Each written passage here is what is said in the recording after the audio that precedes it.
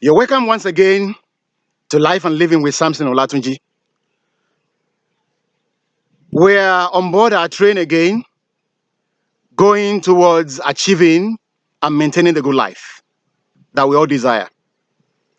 And today we want to talk about something very crucial, something very important to a good life. And that is my health, your health, our health, collectively. And when we're talking about health, it is painful that some people are in excruciating pain now. They are suffering from certain kinds of diseases, and for some of them, they are suffering from congenital diseases, diseases that they have no power over, that they couldn't have prevented, diseases they inherited from their parents or that they got by circumstances of their birth. So we sympathize with them. But even for those suffering from such congenital diseases, they need to know that they can ameliorate their health conditions by subscribing to certain practices, certain health practices that could help them.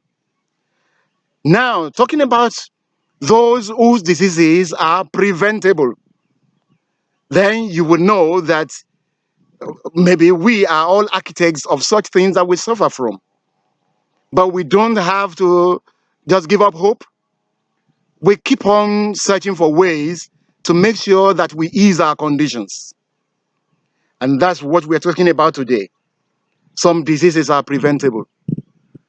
The ones we are suffering from now, let's do something about them. And let's take steps to make sure that we prevent those that are likely going to come later. And that is why we need to imbibe some habits. We have to jettison refined foods because most of them are packaged. They are being preserved with chemicals that are poisonous. How about drugs? Yes, when we fall ill, we have prescriptions. But remember, even when a doctor prescribes a drug for you, it will still have its side effects. Then are we to run away from drugs? Yes, we can if we are able to do so. If we have alternative means, we can run away from them. We can try to prevent situations in which we are going to have such prescriptions. Then we need to avoid some harmful practices, modern day activities that rob us of our much needed health. There are activities like staying glued to the computer set over a long period of time. Activities, many of them, I can't name them all, but you can think about your own life, search your life, know what among those things you do, and you avoid them so that you can have the good health that we want, we all want, we all crave. But have you heard about the word ecotherapy? Ecotherapy is the scientific study of how spending quality time in nature can improve our sleeping pattern and enhance the general state of our health, the quality of life significantly. That's ecotherapy. You and I are a part of the ecosystem. We are a part of what is known as nature. I'm very sure you won't dispute the fact that you are natural, you are not artificial. Then it means that the more you stay close to nature, the better your state of health. So if it's possible for you to get something from nature and you look for it in artificial ways, you are damaging, you are disconnecting that natural connection that you have with nature. Except if you are not a natural being, if you are just artificial, then you can go for artificial drugs, artificial activities, artificial things. But the more you move close to nature, the better you are. There have been several studies conducted by universities, Harvard universities, and name them, that have proved that the longer you stay in and around nature, the better your state of health, mental health, social health, biological health.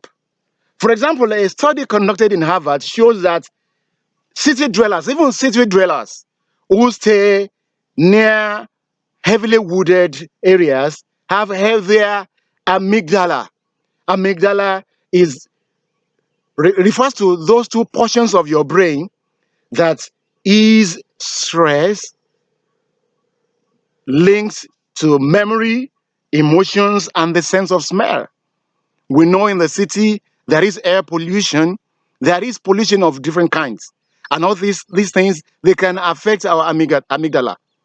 And so, but when you move near nature, bushy areas, wooded areas, research has shown that your mental health will be improved greatly, significantly.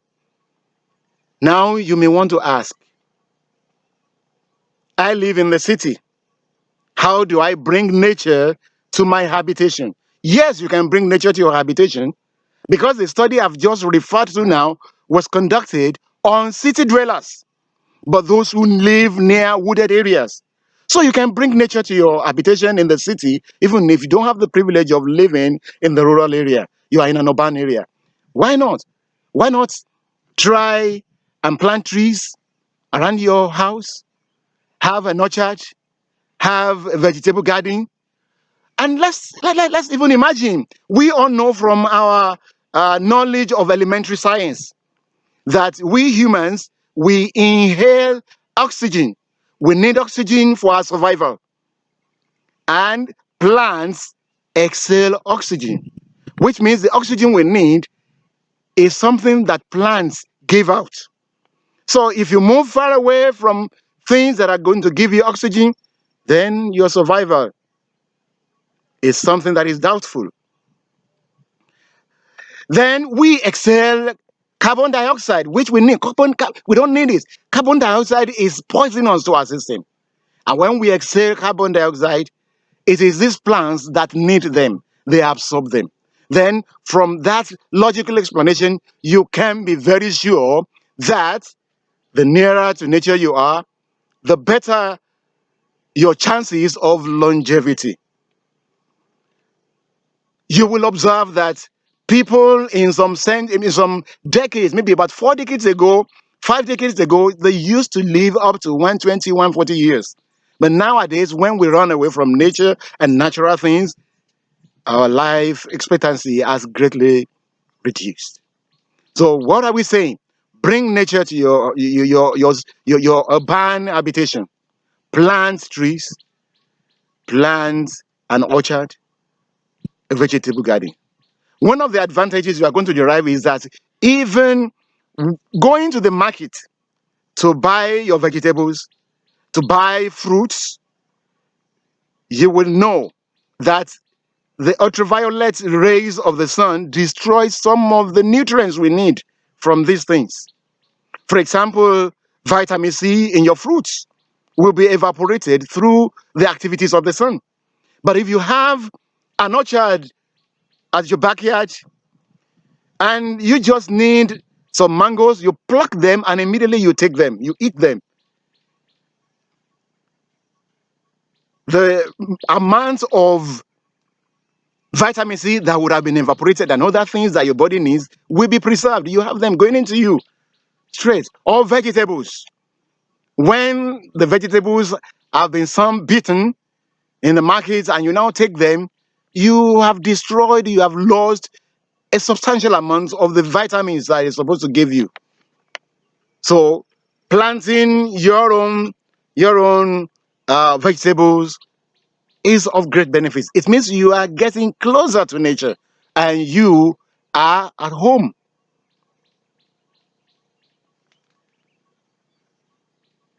When talking about nature, some people have made some profound statements concerning nature and our health. For example, Frank Lloyd Wright once appeals to us. He says, study nature, love nature, stay close to nature, it will never fail you. These people have conducted research. They know that when you get close to nature, then you are in your natural elements. You have better chances of mental health, of, of biological fitness, and of living longer than you would have been privileged to live if you just stay away from nature. So the appeal today is that you reconsider reconsider your opinion about nature. Unfortunately, in cities nowadays, you find many homes, the portions of the land surrounding them that are not built, you have interlocking uh, bricks filling them up, or every place just plastered up because they want to appear very civilized, very modern. It's unpardonable wastage. You waste the land, what it could have been used for, to better your health, to better your life. You waste it, and we suffer. Environmental psychologists testify to what I'm saying. Let's think also of the fact that scientists, those that know, have said a prescription does not necessarily have to come in bottles, in capsules, in chemicals. Unfortunately, because of modernization, some of us will see using herbs, roots for health purposes to be something that is idolatrous. No, nature has given us these herbs, these roots, leaves for our own good. For those of us who are Christians, those who believe in the Bible, if you read your Bible well, you realize that until the time of Noah, God didn't allow man to eat flesh. Go and study that very well. Adam and Eve were vegetarians. I'm not advocating that we become vegetarians, but I'm telling us the importance of these roots of the plants around us. But many of us, we would rather go for imported seasoning rather than using locust beans. We will go for things that have been bombarded with chemicals rather than use the natural things we have around us. Some of us would not have anything to do with earthenware, with pots, clay pots. We want to use aluminium that will deposit cancer-inducing objects into our bodies. It's rather unfortunate. So the message today is examine your life. Where have you been running away from nature?